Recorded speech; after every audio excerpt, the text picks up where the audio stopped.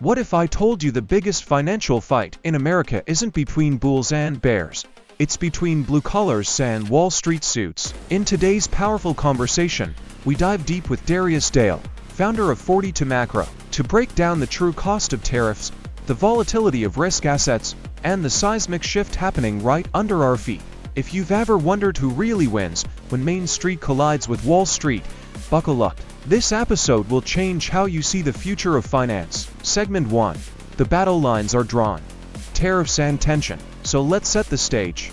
On one side, you have Wall Street, globalized, data-driven, profit-optimized. On the other, blue-collar workers and industrial businesses saying, "We're done playing by your rules." Darius kicks us off with a bold truth. There are two factions now, and it's because we're leaving one game and entering another.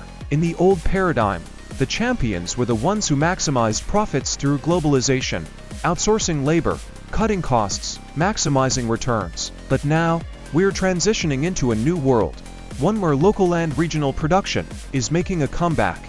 And tariffs, they're not just trade tools, they're signals, telling us the game is changing. Industries, like manufacturing, are celebrating what finance pros call bad policy. Why? Because for them, it levels a playing field that's been tilted against them for decades. Segment 2. A deeper divide. Globalization's winners and losers. Darius lays it out with cold, hard data. Corporate profits as a share of U.S. income have shot up to 14%. That's way above the long-term average. Meanwhile, labor's share is down to 51%, far from its historical norm. The translation: over $1.5 trillion is flowing away from households and into corporate bank accounts every year. That's more than $11,000 per private sector employee, essentially a forced wealth transfer. This shift didn't just happen, it was engineered.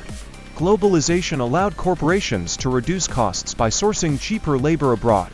But the people left behind, factory workers, electric harness assemblers in Michigan, steelworkers in Pennsylvania, the folks who clock in, put on their headphones, do honest work, and just want a better life for their kids. They're not checking the S&P 500 every hour. They don't care if the Dow drops 500 points, because for them, the real economy doesn't live in a stock chart, it lives in their paycheck. And lows. We've seen periods of calm followed by sudden drops and rapid recoveries, making it a challenging environment for investors. The VIX, a measure of market volatility, has spiked to levels not seen in years, reflecting the uncertainty and fear in the market. This volatility is a sign of the times, indicating the turbulent nature of our current economic landscape. We are living in an era of great change and uncertainty. Globalization is being challenged, and international trade is facing new hurdles. Political systems are under stress, with increasing social unrest and demands for change. Technology is advancing at an unprecedented rate, transforming industries and creating new opportunities and risks. All of these factors are contributing to market volatility, making it more difficult to predict future trends.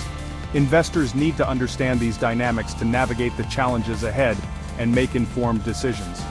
The old rules of investing may no longer apply in this new, unpredictable environment. Diversification alone may not be enough to protect your portfolio from the current market's unpredictability. Investors need to be more selective and strategic in their approach, carefully considering each investment decision. The concept of the fourth turning helps to explain the current environment we find ourselves in today. This theory, popularized by William Strauss and Neil Howe, suggests that history unfolds in cycles of approximately 80 years, each cycle bringing its own unique challenges and transformations. Each cycle consists of 4 turnings or seasons: a high, an awakening, an unraveling, and a crisis. These seasons represent different phases of societal change and development. We are currently in the midst of a fourth turning, a period characterized by crisis and transformation, where the old ways are being questioned and new paths are being forged.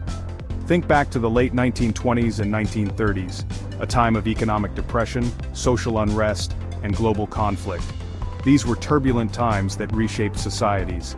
These are the hallmarks of a fourth turning, where the existing order is challenged and often dismantled.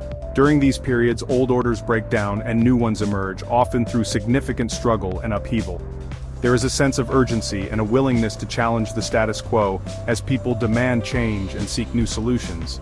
These shifts have a profound impact on markets and investing, influencing economic policies and financial strategies for years to come. Market behavior is not solely driven by economic factors, it is also influenced by social and political trends. During times of societal change, these influences become even more pronounced. For example, the rise of populism and nationalism in recent years has led to increased protectionism and trade tensions. These developments have created uncertainty in the global economy, leading to market volatility. Similarly, social movements focused on climate change and income inequality are driving shifts in consumer behavior and government policy. These shifts create both risks and opportunities for investors. Companies that are slow to adapt to these changing societal values may face challenges, while those that are at the forefront of these trends stand to benefit. Section 4. Riding the waves, transition periods versus business cycles. It is important to distinguish between normal business cycles and periods of transition like the one we are currently experiencing. Business cycles are the regular ups and downs in economic activity that occur over time. Business cycles typically last 5 to 10 years and are characterized by fluctuations in economic activity. These cycles include phases of expansion, peak, contraction, and trough. Transition periods, on the other hand, are much longer and involve more fundamental shifts in the economic and social order. These shifts can be driven by technological advancements, demographic changes, or significant policy reforms. During transition periods, the old rules of the game no longer apply. The established norms and practices that businesses and investors relied on may become obsolete. What worked in the past may not work in the future. This uncertainty requires a more flexible and innovative approach to strategy and decision-making. This makes it difficult to predict market movements based on historical patterns. Traditional models and forecasts may no longer be reliable. Investors need to be prepared for a wider range of potential outcomes and be ready to adapt their strategies accordingly. Flexibility and adaptability are key to navigating these uncertain times. Section 5. Weathering the storm strategies for preservation in volatile times. So, how can investors navigate this volatile environment? Preservation of capital becomes paramount. This means focusing on investments that are likely to hold their value even in turbulent times. Diversification across different asset classes, geographies, and currencies remains essential. However, investors need to be more selective in their choices. Look for companies with strong balance sheets, sustainable business models, and a proven track record of navigating challenging environments. Consider alternative investments such as gold, real estate, and commodities, which can provide a hedge against inflation and market volatility.